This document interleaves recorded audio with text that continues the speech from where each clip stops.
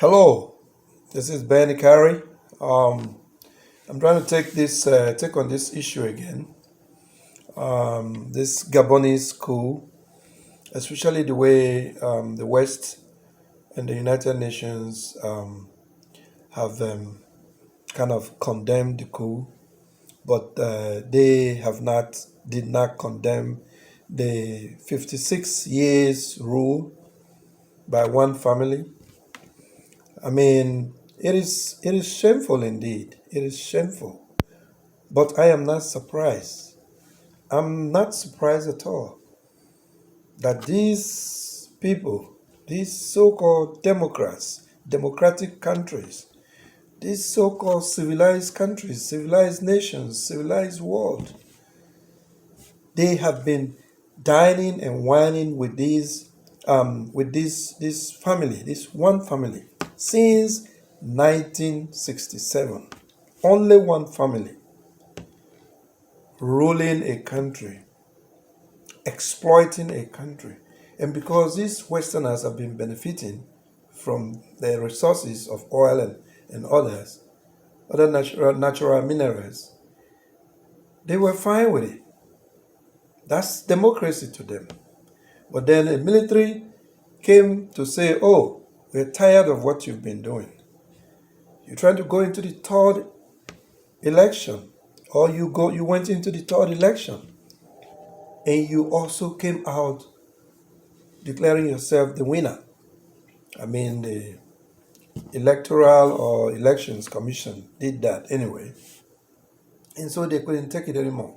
But then there's a caveat to that too, because as the report goes, someone who is from his family, who has been a guard in the family, I mean, who worked from the time of his dad, was the one who did what is now known as a sort of palace coup.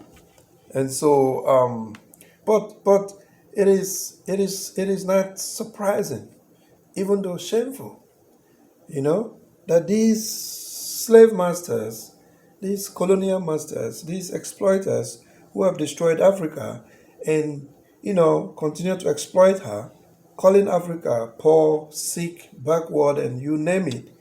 But they don't want to leave. They don't want to stop exploitation. They don't want to stop causing division, stop causing chaos and all of that.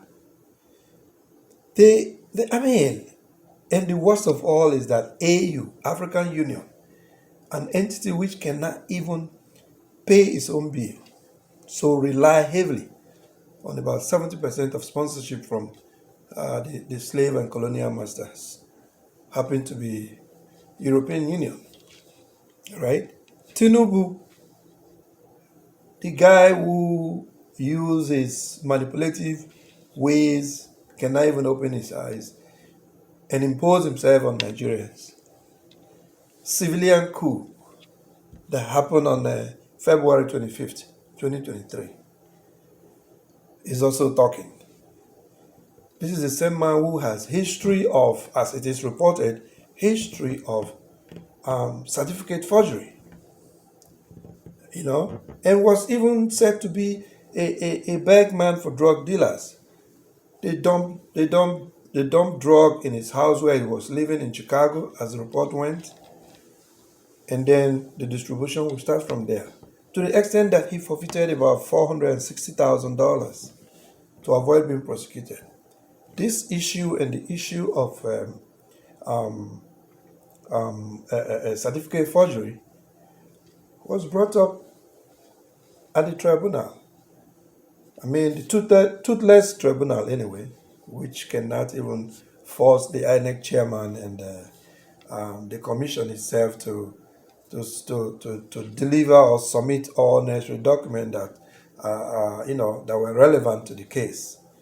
I mean, the tribunal could be toothless, but it could also redeem itself by following the evidence, because the evidence is clear, right? But long story short, I'm not surprised, even though it is very shameful, absolutely ridiculous, to see the West, America, the UK, France, all of them and their toothless United Nations come out to condemn the coup in Niger.